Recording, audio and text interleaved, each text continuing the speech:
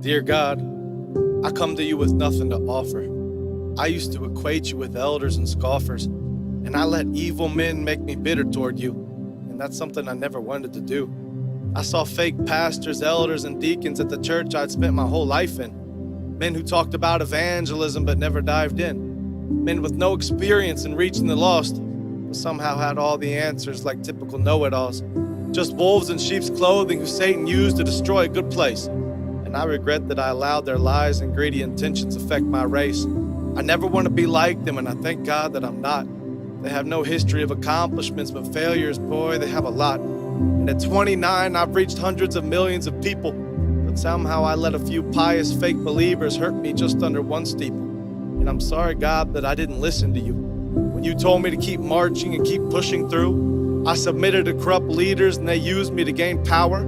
I let the weeds get close to snuffing out this flower. You were telling me to keep blooming and shouting the gospel. I listened to men who were far from apostles.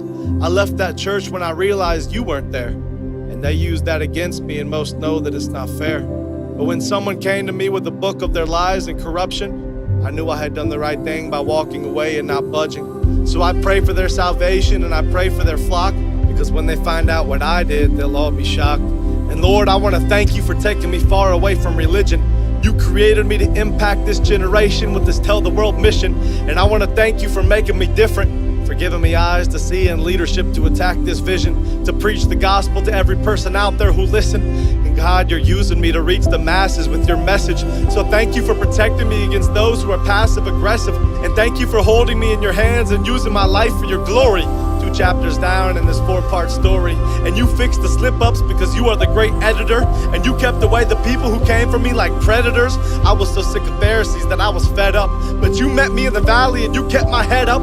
You reminded me that I was never here to serve the pious, and the religious came from my throat like they incited a riot, but the screams of a few liars never got me down. And I realized there was no way that they could stop me now, because God, you are with me and there's nothing that can stand against me. So take me to your river, Lord, submerge me and rinse me, and forgive me for the bitterness I've held inside against these people who've come against me with lies. You know the truth, and that's enough for me. So to my followers, you can trust in me and you can follow me as I follow Christ, because when I was neck deep in religion, he saved my life, and he gave me a fire that no person and no religion could put out. So many people attacked me just because I stood out, but I just kept going back to the pile where I'd put that wood out, and I kept lighting fires 10 feet tall at every revival I preached, and I kept discipling every new Tell the World family member I reached, and I kept giving you the glory for all of it. I'm running to your throne room and I'm gonna fall in it, and I'm gonna crawl to your feet and kiss your hands, because you gave life to this child and turned this boy into a man.